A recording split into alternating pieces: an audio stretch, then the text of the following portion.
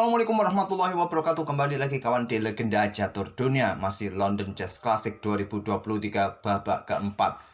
Sama seperti pada babak ketiga kawan, hanya ada satu partai yang berakhir remis kawan, yaitu partainya Nikita Vitukov versus Michael Adams kawan. Sedangkan jagoan kalian yaitu Hans Niemann Moke akhirnya memetik kemenangan atas kemarin gamenya yang sudah kita ulas kawan, yaitu Royal mengalahkan Grandmaster. Pemain yang masih berusia 14 tahun kali ini dikalahkan oleh Hans Niemann Moke dalam permainan Italia kawan. Cukup menarik sebetulnya pada turnamen ini, tidak banyak game yang berakhir miss, banyak permainan yang berakhir menang kalah kawan, tapi tentu kita pilih game yang menarik saja. Sampai babak keempat ini, posisi Hans Niemann Moke masih bertahan di posisi ketiga setelah memetik kemenangan pertamanya kawan, mendapatkan 2,5 poin bersama dengan Julius Mozart ataupun Domara Djurgården. Nah ini kawan, Domara Djurgården pada game keempat kalah kawan, yaitu dikalahkan oleh Julius Mozart, sehingga Julius Mozart pun juga naik posisinya di klasemen. Sekarang posisi Michael Adams memimpin sendirian turnamen ini dengan selisih setengah poin atas pesaing-pesaing yang lain.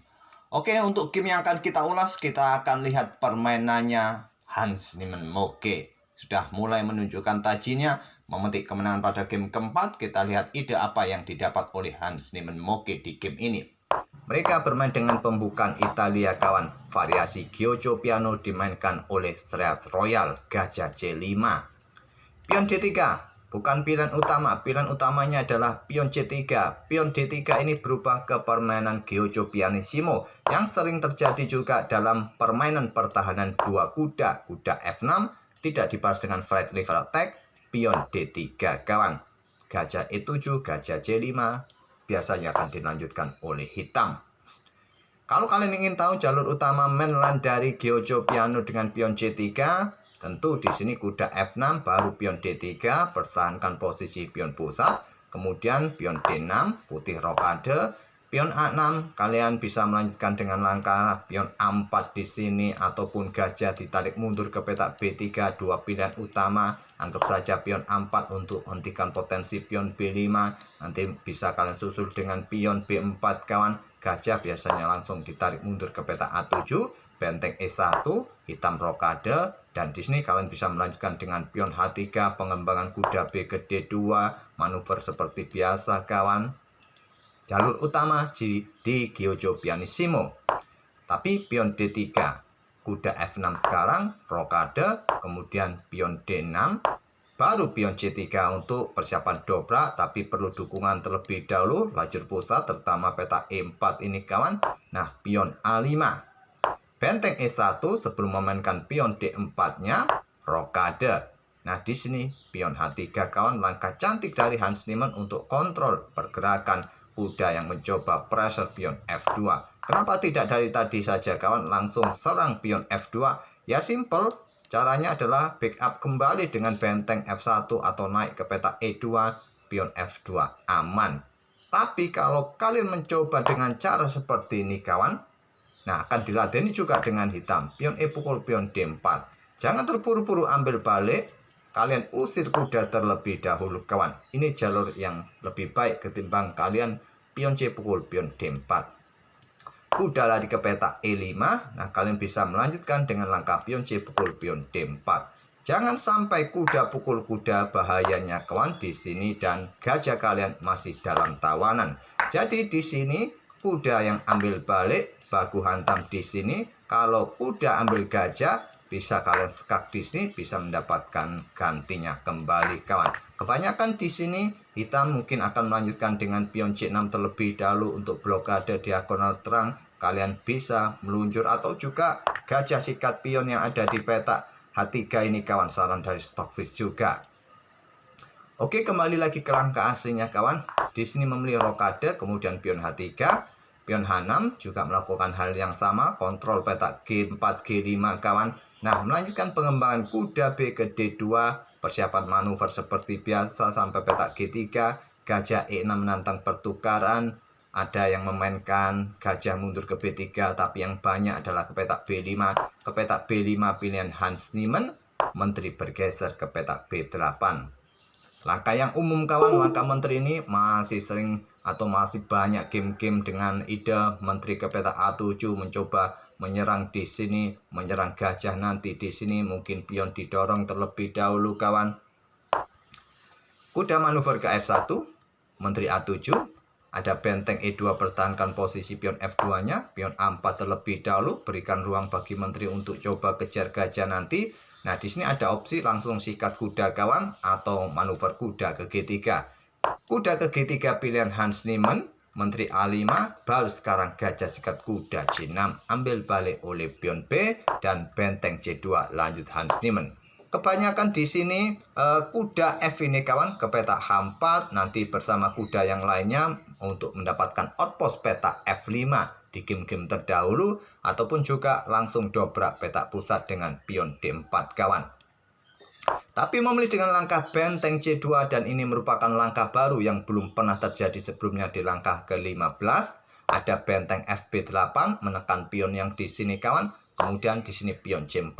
Langkah yang tak lazim kawan, di sini memainkan pion C4, langsung dobrak petak D4 merupakan opsi dari Stockfish kawan. Dengan dorong pion kawan menciptakan ruang lemah di petak D4 ini. Ya tujuannya agar hitam tidak coba dobrak petak D5 nanti ke depan. Menteri bergeser ke B6, kemudian menteri naik ke petak E2 untuk perkuat baris keduanya, terutama untuk menghindari ancaman dari gajah di petak F2 di sini. Raja naik ke petak H7, benteng B1 kawan, persiapan gajah dikembangkan dan mungkin pertarungan nanti di lajur B pionnya. Menteri mundur ke A7, gajah berkembang ke D2. Di sini ada gajah tarik mundur ke B6 kawan. Nah, sekarang pion B4, N pasen ambil balik oleh pion A. Sekarang pion C5 menutup permainan di petak pusat, tidak memberikan kesempatan pion D4 putih. Mungkin nanti hitam yang akan mendahului dengan pion C, pion D5 akan didobrak petak pusat kawan. Hans Niemann melangkah kuda ke H4 sekarang, persiapan mendapatkan outpost di petak F5, juga mungkin persiapan dengan pion F-nya kawan, pion F4, karena diagonal ini sudah diblokade oleh hitam sendiri. Kuda mundur ke G8, yang terkuat langsung pion C6 mungkin untuk dukungan nanti kawan atau membuka akses menteri di baris ketujuhnya. Tapi kuda mundur ke petak G8, pion F4, pion E pukul pion F4. Gajah ambil balik di sini dan benteng bergeser ke E8, diikuti gajah ditarik mundur ke petak D2. Bersama menteri mungkin nanti kawan, salah satu kuda nanti untuk memberikan dukungan lebih bagi menteri gajah mengincar pion H6, kita tunggu saja. Baru sekarang pion C6, buka akses menteri untuk perkuat baris ketujuhnya atau dukungan dobrak petak pusat nanti. Kuda H yang ke petak F5 sekarang merupakan pilihan terkuat menurut Stockfish. Tapi Hans Niemann memilih dengan kuda G kawan, menyerang pion yang di sini. Nah, di sini pion didorong maju. Gajah ditarik mundur untuk ancam kuda ini, salah satu opsi untuk mempertahankan pion ini. Kalau kuda caplok pion, kuda yang di petak H4 jatuh.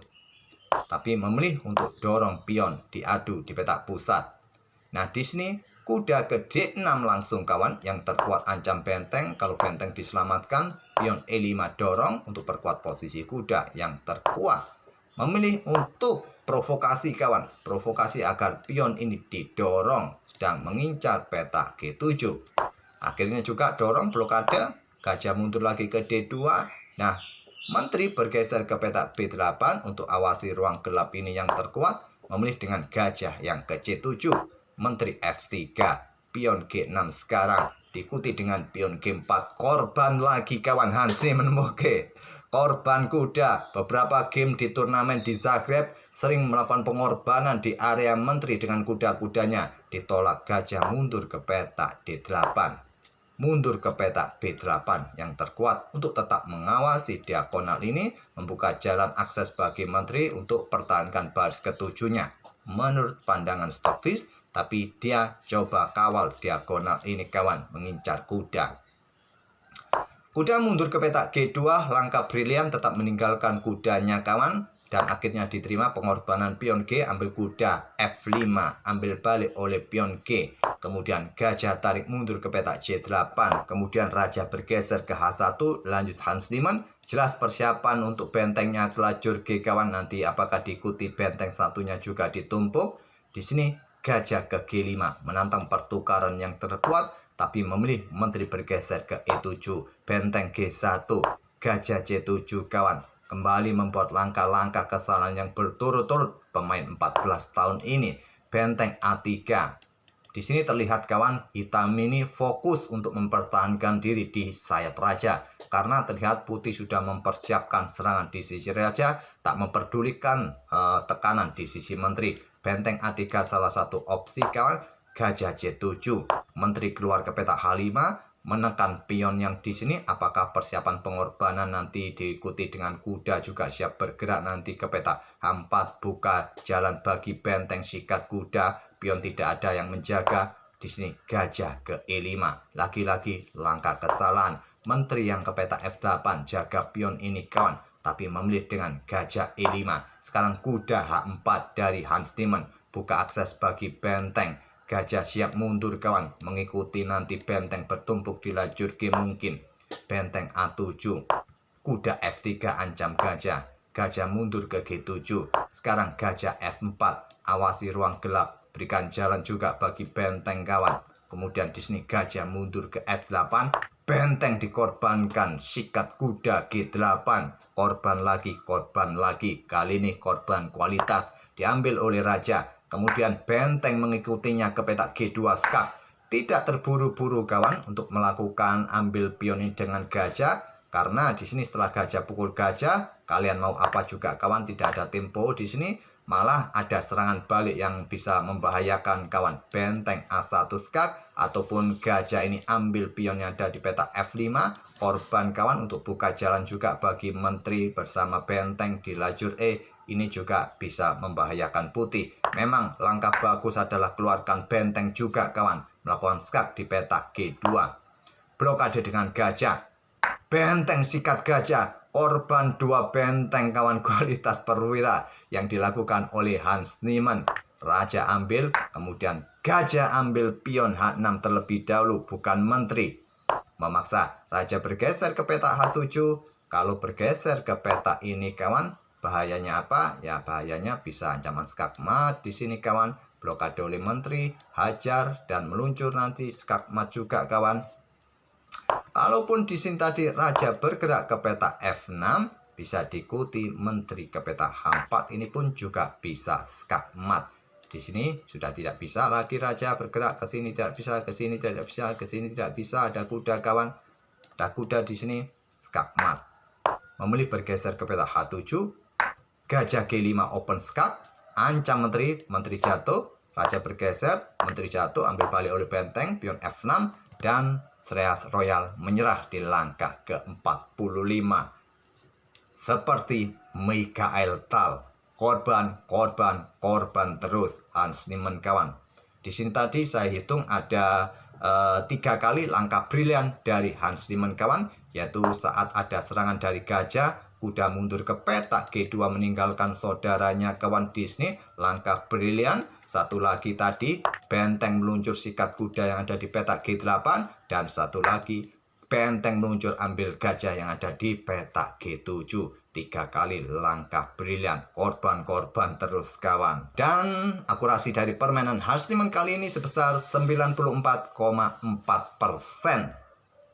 Oke, itulah kawan permainan Hans Niemann Moke memetik kemenangan pertama di London Chess Classic pada game keempat, mengalahkan pecatur berusia 14 tahun yang kemarin juga mengalahkan Amin Tabatabai, pemain 14 tahun ini kawan. Semoga permainan dari kedua pemain bisa menghibur kalian dan kita akan bertemu di video-video berikutnya.